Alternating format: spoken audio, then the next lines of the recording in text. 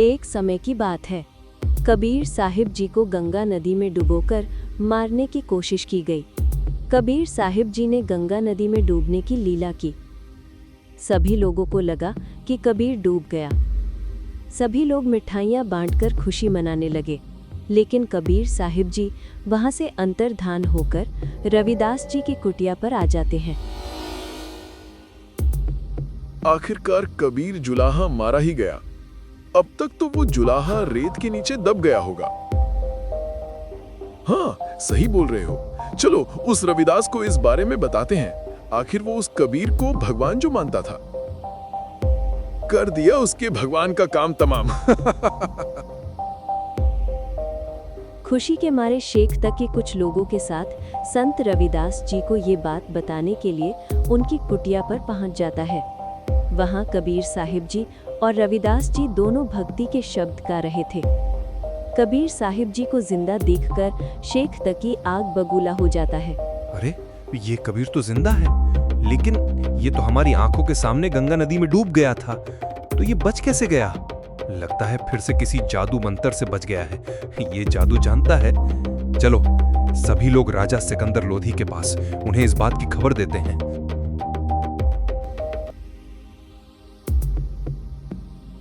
राजन, वो कबीर ना तो जल में डूबा ना तोप से मरा। वो जादूगर है, जंतर मंतर जानता है, जिस कारण से बच गया है। ये जनता को हमारे खिलाफ गुमराह कर रहा है।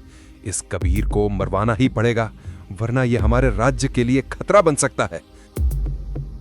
ठीक है पीर जी, आपको जो उचित लगे वो कीजिए। अब की बार इसको हम जनता के सामने ही खूनी हाथी से मरवाते हैं, तब देखते हैं कैसे बचता है। तुम लोग चारों तरफ ये खबर फैला दो, मुनादी करवा दो कि बादशाह सिकंदर लोधी के आदेश से कबीर पुत्र नीरू जुलाहा को कल सुबह दंड गृह में खूनी हाथी से कुचलवाकर मौत के घाट उतारा जाएगा। ठीक है पीर जी। नगर में खबर फैला दी गई।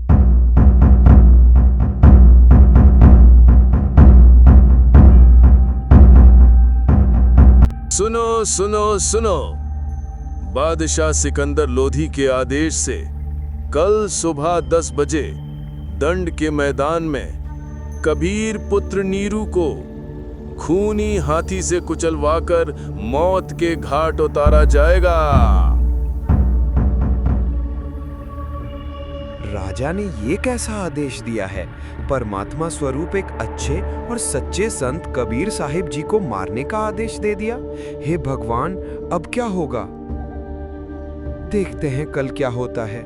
बादशाह ने सही किया, इस कबीर को तो मरना ही चाहिए।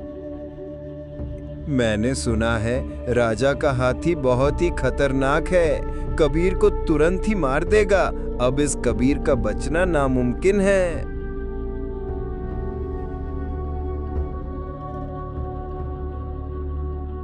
शेख तकी ने महावत हाथी को चलाने वाले से कहा, कल सुबह तुझे उस जुलाहे कबीर को मौत के घाट उतारना है। अगर तूने ये काम कर दिया तो मैं तुझे माला माल कर दूंगा। कल अपने हाथी को इतनी शराब पिलाना कि जल्दी ही उस कबीर को कुचल कर मार दे। आप चिंता न करें पीर जी, आपका काम हो जाएगा। मेरा हाथी उस कबीर जुलाहे को जल्दी ही कुचल कर मार देगा।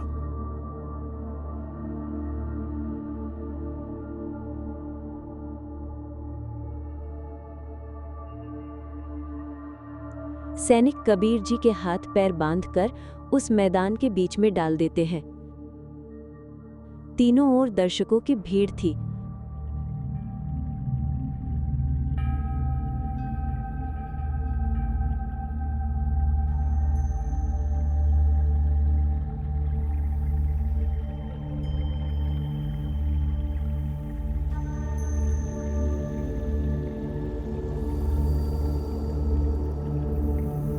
राजा का हाथी बहुत ही खतरनाक है, कबीर को तुरंत ही मार डालेगा। होशियार, खबरदार, दिल्ली के सम्राट बादशाह सिकंदर लोधी पधार रहे हैं। दिल्ली के सम्राट बादशाह सिकंदर लोधी की जय हो। जय हो। दिल्ली के सम्राट बादशाह सिकंदर लोधी की जय हो। जय हो। बादशाह सिकंदर लोधी ऊंचे सिंहासन पर आकर बैठ जाता है। आज की दंड प्रक्रिया शुरू की जाए। ठीक से बांधना इस काफिर को, कहीं भाग ना जाए। हाथी को 2-4 बाल्टी और शराब की पिला दे ताकि जल्द ही कबीर को मार डाले।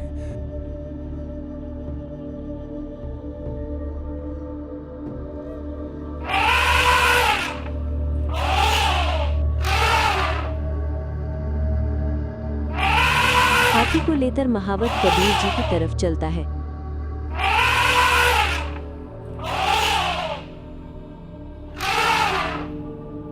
चल मेरे हाथी, आज हमें इस कबीर को मारना है। मारो मारो मार डालो इस कबीर को।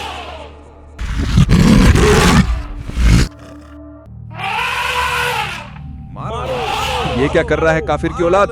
आगे ले जाकर मार उस कबीर को, कुचल डाल उस कबीर को। मारो मार डालो इस कबीर को। मारो मार डालो। मार उस कबीर को। अरे भगवान, कबीर जी के पास तो बब्बर शेर खड़ा हुआ है। अरे अरे कोई बचाओ।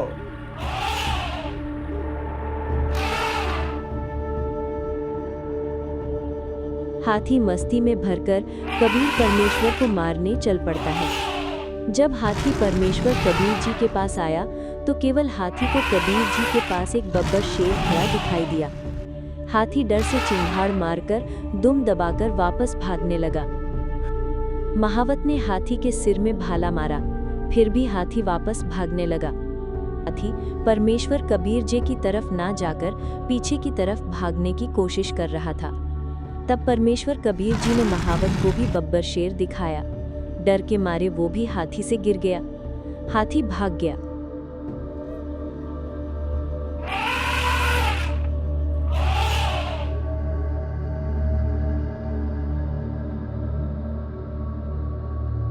तब परमेश्वर कबीर जी की सब रस्सियां टूट गईं और परमात्मा खड़े हो गए। परमेश्वर कबीर साहिब जी ने अपने शरीर को बहुत बड़ा बना लिया।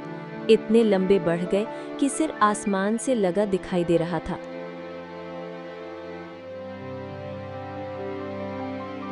शरीर से दिव्य प्रकाश निकल रहा था।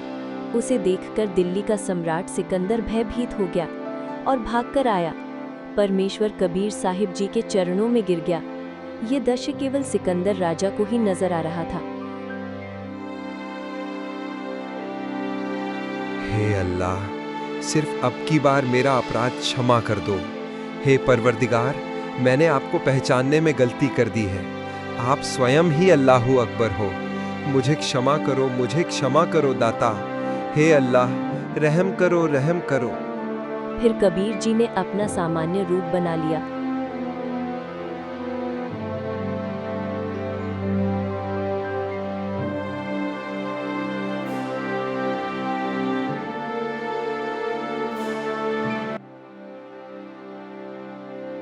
राजन, आप अपने धार्मिक पीर शेख तकी की बातों में आकर ऐसी गलती ना किया करो। मैं सतलोक से चलकर तुम्हारे लिए ही तो आया हूं। मैं आप सभी को काल के जाल से निकालने के लिए आया हूं। एक दूसरे से लड़ना झगड़ना और एक दूसरे को मारना, ये सब काल का जाल है। वो हम सबको आपस में लड़वाता रहता है। शेख तकी को मैंने कितनी बार समझाया है, परंतु वह काल प्रेरणा से मुझसे ईर्ष्या करता ही रहता है और लोगों को मेरे खिलाफ भड़काता ही रहता है। शेख तकी तो मूर्ख है, परंतु आपको तो ज्ञान है। अच्छा ठीक है, चलो माफ किया। बादशाह सिकंदर लोदी को कबीर जी के चरणों में गिरते देख शेख तकी ईर्ष्या से जल भुन जाता है। इस कबीर ने जादू मंत्र करके हाथी को भगा दिया और राजा सिकंदर को भी अपने वश में कर लिया है। और वहां से चला जाता है। दोस्तों, परमेश्वर कबीर साहिब जी की ये सच्ची कहानी आपको कैसी लगी, हमें कमेंट करके जरूर बताना।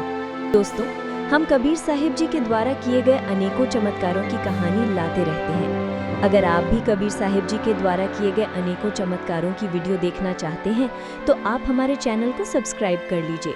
धन्यवाद।